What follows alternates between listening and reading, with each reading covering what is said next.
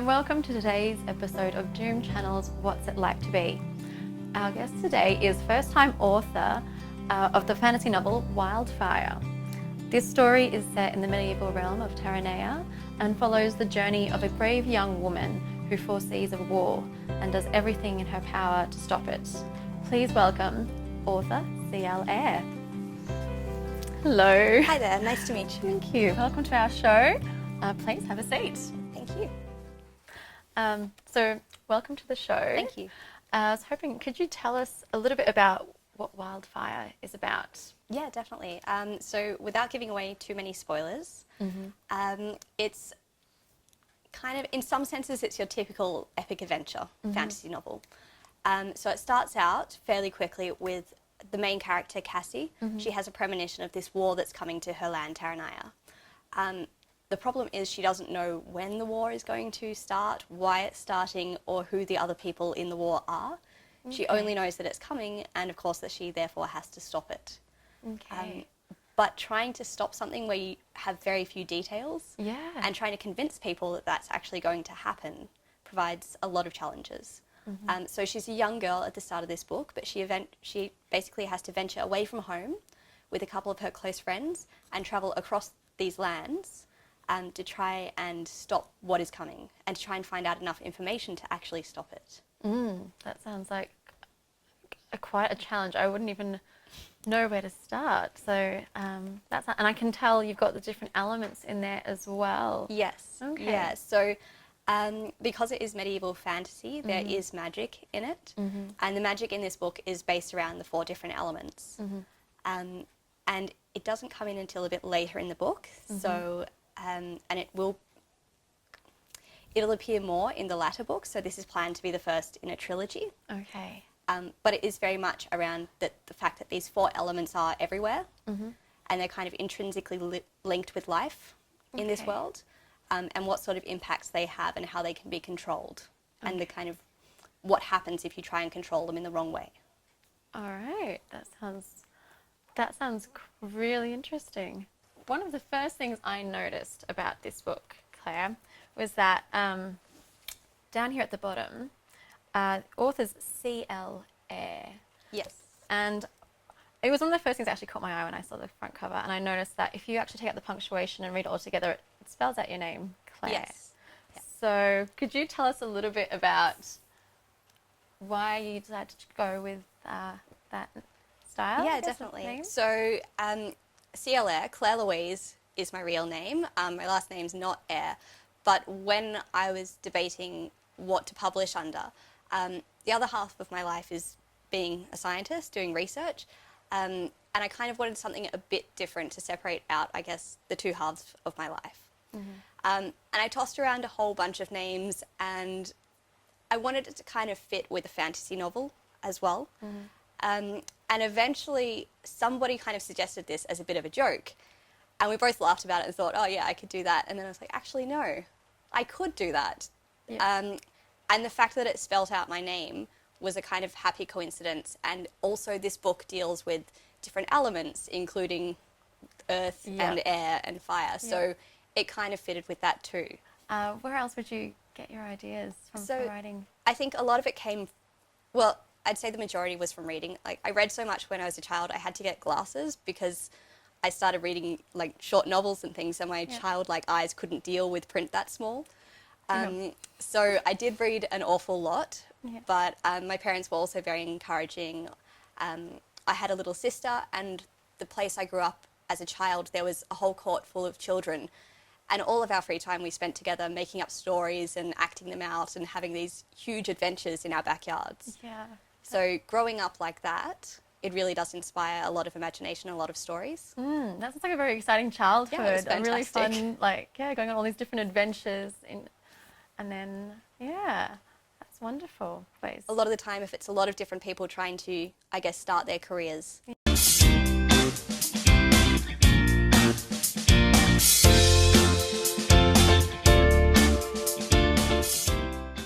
As you're writing it, and then you're going back to look at what you're writing as a 13-year-old, and then, you're only published a few years ago, as you said, so your style would have changed. You would have had obviously bigger vocabulary. So did you find that there was a lot more work you had to put back into the younger self, or was Yes. that Yes, some of it was quite terrible. fine? Okay. You go back and you read some of the stuff that you've written when you're 13 and you're like, what was I thinking? Yeah. Like it's very contrived, it's very deliberate. Things happen in the story that you're like, that would never ever happen in real life. That would only happen in a fantasy novel where a child has written it and planned for all of these things, Yeah. you know. And I think also as you change, your characters change, or your perception of the characters. Yeah. And sometimes that means that the characters grow with you, or sometimes they actually grow apart from you, I think, because when you're young and you start writing, you can write mostly how you think. Yeah. And I think that kind of controls your characters a lot. But as your writing develops, you're better able to write with different voices and different personalities. And that's when your characters kind of develop on their own, I think. How did you find that, trying to write with different like personalities? And because it's very easy to write a personality that sort of resonates with you, but how did you have like a particular strategy or a tactic to actually write from a different point of view? I think the way I write is I kind of imagine what's going on in the scene, and so it's very clearly blocked out how it would work in my mind. And if I can picture the different characters saying things, then I think it's a lot easier to imagine what they would say, if that makes sense. Okay. So rather than just writing everything from an internal voice, it's like I'm watching it on a screen. Okay. So I'm a little bit more detached from it. Yeah. So I think it's a bit easier to let characters do things that perhaps you wouldn't do. Okay. All right. But yeah, it That's can be interesting. challenging. So yeah, externalizing it and Yeah, and sometimes characters, you'll be writing something and then you'll go back and reread it and think, actually, no, the way that character has developed, they wouldn't do that. yeah. Which sometimes kind of mucks up what you're planning for that character or that book. Did that happen a lot? It did from time to time, but especially because it took me, it was 10 years from starting it on the bus on the way to school to actually finishing it. And a lot of things, the way you write, the way you think, and things that are happening around you that kind of form your writing, a lot of things can change. So a lot of things in the book changed also. Okay. And I love that you've actually committed to it over a very long time. And I guess it goes to show that you don't have to just, you have to really want it. And let it grow. Yes, I think that's a big part of it. Like, I've never really been the sort of writer who can force myself to write. Yeah. I know there are some writers out there, and I'm completely stunned by how they do this, where they'll set themselves a schedule and they'll just say, I'm going to sit down and write 3,000 words every day for the next month and write a novel. And I've never really been able to do that. I'm the sort of person who I might not have any ideas, or it just might not feel right to write. And then suddenly I'll sit down and I'll write a few thousand words in the space of a couple of hours. Okay. So your writing style it's very spontaneous. Yes. It's just whenever you feel because the need to write. I think I used to try and force myself to write, and I found that what I wrote during those times I didn't like as much, and it didn't quite fit as well, or it didn't flow as well. Yeah. So I just kind of learned that the best way for me to write was just to wait until I had something, which could be a bit of a problem. Often my inspiration came to me when I was just about to fall asleep for the night, or sitting in an exam in high school, which is really an inopportune time to start writing down things.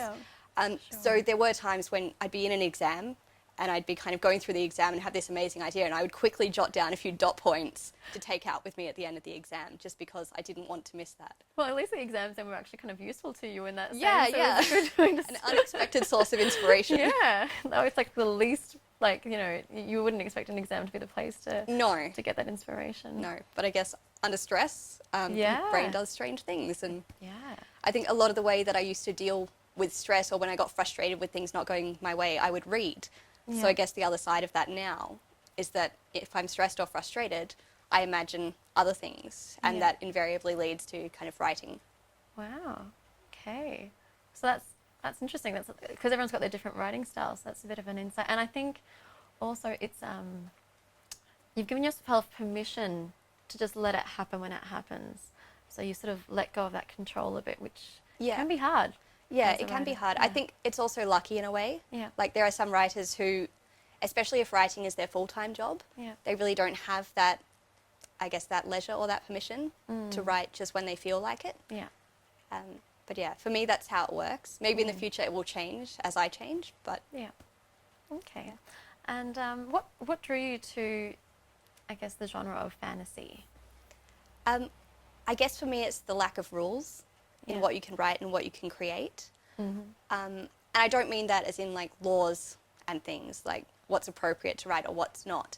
It's more the fact that with fantasy you can create your own worlds and people are a bit more accepting of what can happen in a mythical world as compared to what can happen in the real world. So if you write something like fiction but based on science, for example, and you come across something that's scientifically inaccurate, that can really jar you or pull you out of the story, especially if you are a scientist, for example. In fantasy, I find it's a bit more forgiving because it's your world, it's your rules, it's like physics and things like that. You don't have to always obey the laws of physics. And you can create things that nobody has seen anywhere else, but they will accept that, and they'll often, that's why people read fantasy, to experience things that they wouldn't otherwise be able to experience.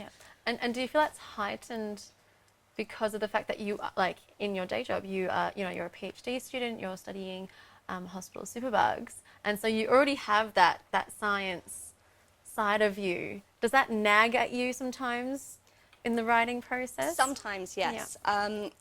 Part of it is, I guess with science you do have to write very specifically because the idea with scientific writing is that anybody should be able to read your writing and recreate it exactly. With fantasy and with fiction writing, I guess it's a bit of a mix because you want people to see what you're seeing, but everybody reads something slightly differently. No matter, it's more a case of you've given them the base story and the way they see things and the way they interpret things, there's always going to be a different story that's read by every person. So some things, if it's important to the story, I do really try to describe specifically so there's a very clear image. But other times it is much more open to interpretation. Okay. You're a self-published author. Yes. So you haven't gone through the process of going to a publishing house and having an editor there with you. Yes. So what's it like to self-publish, and why did you self-publish? So I guess it's kind of hard to say whether it's easier or more difficult to self-publish because that's the only path that I've known. The reason I chose to self-publish was because I've been working on this for a decade and I just really wanted to see it in print and finished for me more than anything else. And at the time I was looking at doing that, it was around the time a lot of bookstores were closing and going under, and a lot of publishers were only accepting manuscripts from already published and well-known authors. And the other path is submitting through an agent who basically takes the work, you pay them a lot of money, and then they pass it on to a publisher, which as a student, I really couldn't afford. So self-publishing seemed like a better option, and it also meant that I had a bit more control over the book and over what got edited and what didn't, which is a bit of a double-edged sword because sometimes you do just really need someone to say, look, this is bad writing, you need to change this, or you need to take this part out, or this is not clear. And if you don't kind of accept that they're doing that in a really nice way, they're trying to help you, it can be really difficult to hear that from someone. But it is good. I had a really supportive group of friends who were proofreading it. I had one friend who the main character is actually named after, and I've known her since, well, I was 6 weeks old when she was born, and we grew up together for the first few years of our life, and we kept in touch, and she read and reread and reread this book for me, picking up edits and things. Because often when you're writing and you try and proofread it, you read what you think should be there, not what's actually there. So you can miss a lot of errors and a lot of mistakes. And also not so much mistakes, but things that you think should be obvious. But that's because you know the every story. detail about everything. Yeah. So it's really helpful to have people. My mum was also a fantastic help, and she is huge on grammar and typos. Yeah. So that was really brilliant having someone Very useful. going through that. It can be frustrating when you've got close friends and family critiquing your work all the time. Yeah, how did you find that? Did you find It's difficult. I tried to be really open-minded. There were times, like, if there were sections of the book that were really special to me or I was really protective about, then it didn't go down as smoothly, but it's a learning process. So did you take it all on board, or were you sort of were kind of picking and choosing your... So I like to think I took it all on board to varying degrees. Yeah, okay. So even if there's sections that I really didn't change much, at least I'm aware of shortcomings and I tried to make up for them in other sections, for example. So if something wasn't so clear and someone was pointing that out to me, then I'd go back and look and see if that was a deliberate thing that I was trying to keep it vague. Okay, yeah. In which case I would make sure I expanded on it properly later. Or I'd look and see if it was just a mistake in my writing. Okay. Well, it's very hard to be open to that kind of critique. Yeah, but it's as a something writer. I think you have to take on if you want to become a better writer. Yeah. Well, it sounds like you've approached it in a very mature way. I tried to. I think if I'd been having this edited when I was still, you know, if I'd written it a couple of years when I was 13, it might have been a very different story. Yeah. But by the time, you know, I was looking at finishing this when I was 21, 22, Yeah. I like to think I've grown a bit by then and I'm a bit more open to feedback and things. Yeah. That's wonderful. So I guess if someone was out there wanting to self-publish, how do you go about self-publishing? Is there like a website you go to, or do you? There's a whole bunch of websites out there for authors, and there's a lot of groups, both in Australia and in Victoria, that offer support and advice. But there's a number of different ways you can self-publish. The way I chose to do, so in Australia, you can do things like set up with a small publisher who you basically pay to publish your books, but you can do it in limited release, for example. Often that means that you're paying, you know, $5 to $10 to print one copy of the book. Okay. And if you're a new author, it's really difficult to charge a lot for a book. So what I actually ended up doing was I found this amazing publishing and printing group over in Taiwan. Okay. And they were really, really helpful. I kind of explained to them that I wanted to print a novel, but I'd never done anything like that before. And they didn't specialise in novels, but they actually went out of their way. They sent me essentially a novel of paper samples. Okay. So I could go through and feel the different pages, like the width of the page and the quality, and choose what I wanted my book to look like. The other difficult thing was designing a cover. So I'm not You designed it yourself? No. So I'm not a very good artist. But again, through a friend of a friend, I found someone who was a graphic designer. Yeah. And he was really keen to get some experience outside of his work that he was doing at the time. And he was a very, very patient designer. I kind of roughly gave him a synopsis of the book and said, you know, these are some vague ideas. And he was brilliant. He sent back, I think it was about 5 different draft ideas. Yeah. And each one of them he'd taken what I'd suggested and made it better. Okay, yep. Because often you have a really vague idea and trying to explain it, despite being a writer and supposedly being good with words, it can be very challenging. Yeah. But he gave me... It's an image as well. Yeah, exactly. And it's a very specific image. Yeah. But he was brilliant. His name is Darren Russell, and he's actually recently moved over to the UK. He's got a fantastic job doing design work over there. Okay. But he was brilliant, and the cover is basically 100% down to him. Oh, wow. Well, that's wonderful. It sounds like you, I guess, that process of self-publishing relies on having a good network of friends and support to really help you with getting it published and getting it through, because it's done a great job with the different elements, and that's wonderful as well. I guess you're also helping each other, like, in giving him an opportunity.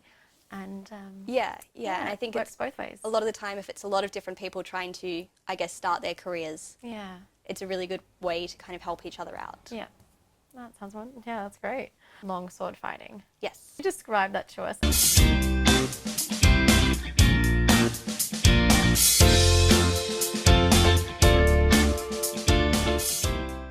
There was one interesting thing that came up, was that you do long sword fighting. Yes.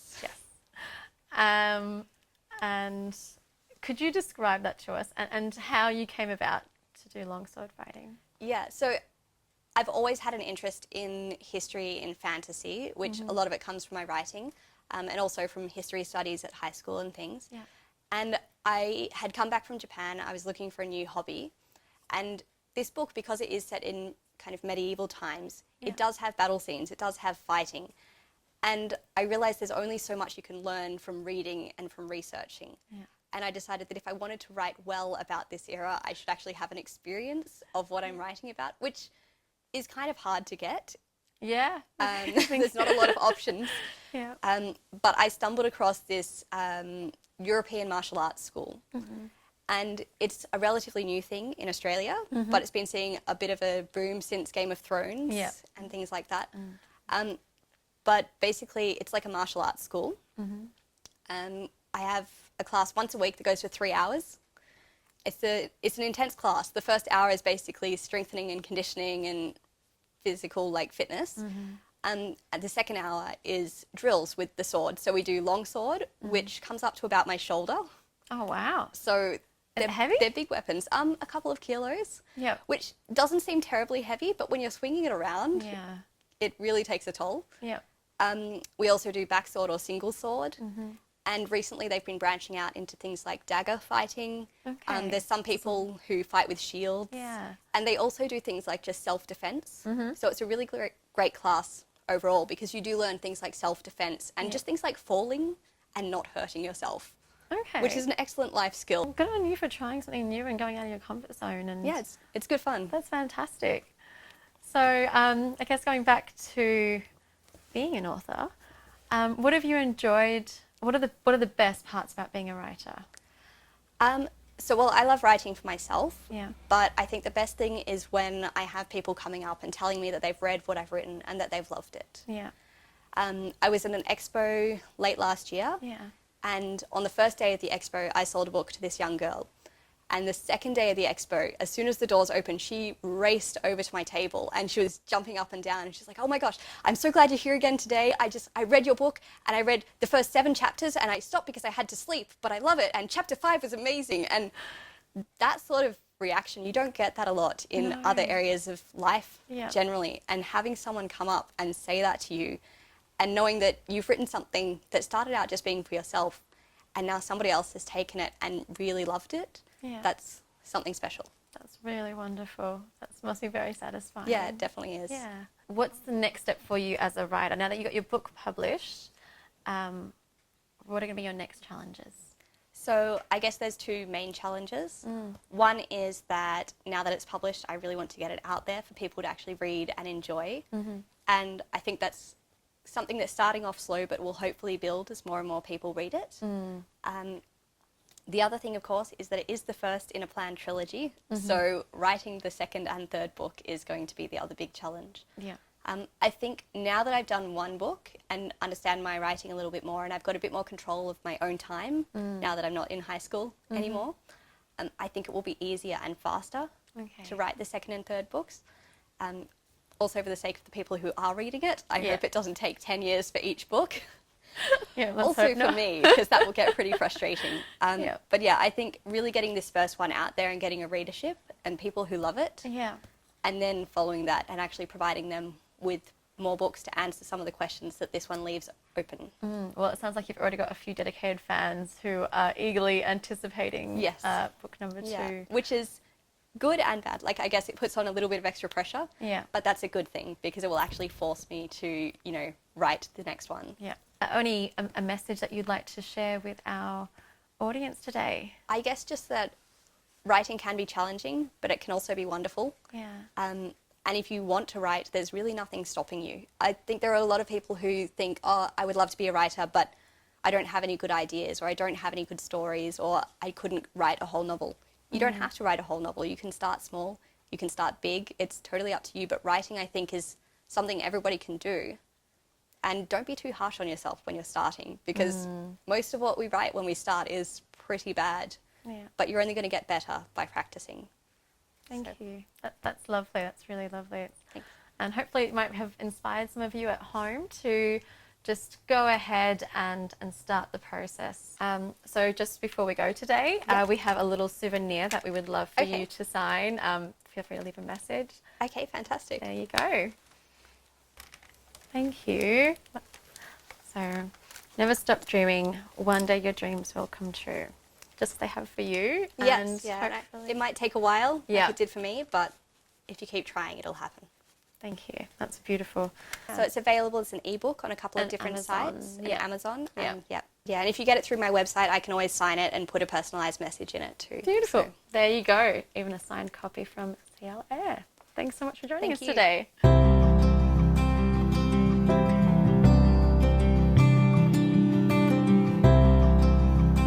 Action. Welcome to today's lesson of don't like that one.